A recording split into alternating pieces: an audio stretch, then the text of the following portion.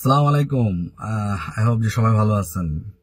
আসলে অনেক দিন ধরে একটা প্রশ্ন মনের মধ্যে ঘুরতেছে, সেই কারণে আসলে আজকে ভিডিওটা করা। আমার যেটা প্রশ্ন আর কি, সেটা হচ্ছে আমরা সবসময় শুনে থাকি যে ক্রিকেট বোর্ডে বিগত 15 বছরে কোনো ডেভেলপ নাই, ক্রিকেটটা ধ্বংসের মুখে, আরো অনেক কিছু শুনি। সো যে বিগত 15 বছর যে ক্রিকেটটা যারা ধ্বংস করছে, ক্রিকেটটা যারা ডেভেলপ করতে পারে নাই, তাদের অনেকেই আমি আবার দেখতেছি যে এখন অনেকেই ডিরেক্টর হিসাবে ক্রিকেট বোর্ডে আছে, সমানে কাজ করে যাচ্ছে। তা আমার যেটা প্রশ্ন, যারা বিগত 15 বছর কিছু করতে পারে নাই, তারা কিভাবে এখনো ক্রিকেট বোর্ডে থাকে এবং এখনো ক্রিকেট বোর্ডের গুরুত্বপূর্ণ জায়গায় কাজ করে যায়? হ্যাঁ, এখানে একটা কথা আছে। এখানে আমি আবার অনেকের থেকে একটা এক্সকিউজ শুনছি, সেটা হচ্ছে যে ওনারা নাকি 15 বছর ধরে কিছুই করতে পারে নাই বিকজ অফ পাপন সাহেব, আরো যারা বড় বড় ডিরেক্টর যারা আছেন তাদের জন্য নাকি ওনারা 15টা বছর কিছুই করতে পারেননি। দ্যাটস ট্রু, আমি এগ্রি। কারণ পাপন সাহেব উপরে কথা বলার কারো কারো কারো ক্ষমতা নাই, যেটা বলবো।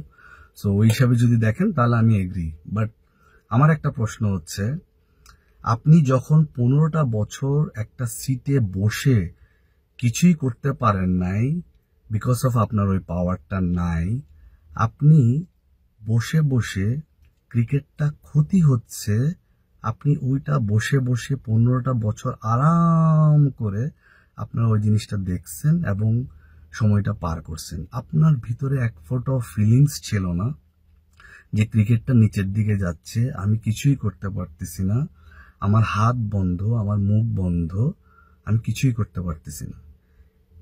এই এক্সকিউজটা আপনারা সবসময় দিয়ে আসছেন।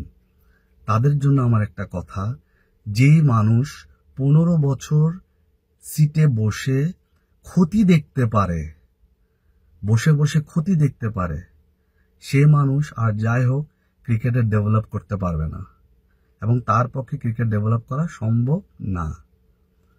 সো আপনি একটা জিনিস পারতেন, সেটা হচ্ছে যখন আপনি দেখতেছেন ডেভেলপ করতে পারতেছেন না, তখন আপনি ওখান থেকে রিজাইন দিতে পারতেন। কেন রিজাইন দিবেন? কারণ আপনার একটা ভালোবাসার জায়গা নষ্ট হয়ে যাচ্ছে, আপনি ওইটা 15 বছর ধরে বসে বসে ওটা দেখতে পারেন না। যদি আপনার মধ্যে ওই ফিলিংসটা থাকতো, আপনার মধ্যে ওই ফিলিংসটা নাই, সেই কারণেই আপনি বসে বসে এই ক্ষতিটা দেখছেন। সো যেহেতু আপনি 15 বছর এই ক্ষতিটা দেখতে পারছেন, সো আপনার মতো মানুষ কখনোই ডেভেলপ করতে পারবে না। সো আমার একটা রিকোয়েস্ট থাকবে যে ক্রীড়ামন্ত্রী যারা আছেন, প্লিজ এই জিনিসগুলো একটু দেখবেন। কারণ আমরাও অ্যাজ এ সৈনিক, এক্স ক্রিকেটার, আমাদেরও কন্ট্রিবিউশন একটু হলেও আছে। সো আমরা চাবো না যে ক্রিকেটটা ধ্বংস হোক, ক্রিকেটটা সুন্দর করে চলুক।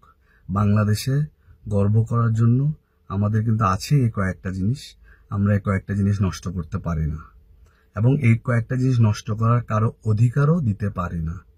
সো প্লিজ এসব এক্সকিউজ যারা দিবে তাদেরকে সবার আগে ক্রিকেট বোর্ড থেকে বের করুন প্লিজ, তাহলে ক্রিকেটটা ডেভেলপ হবে।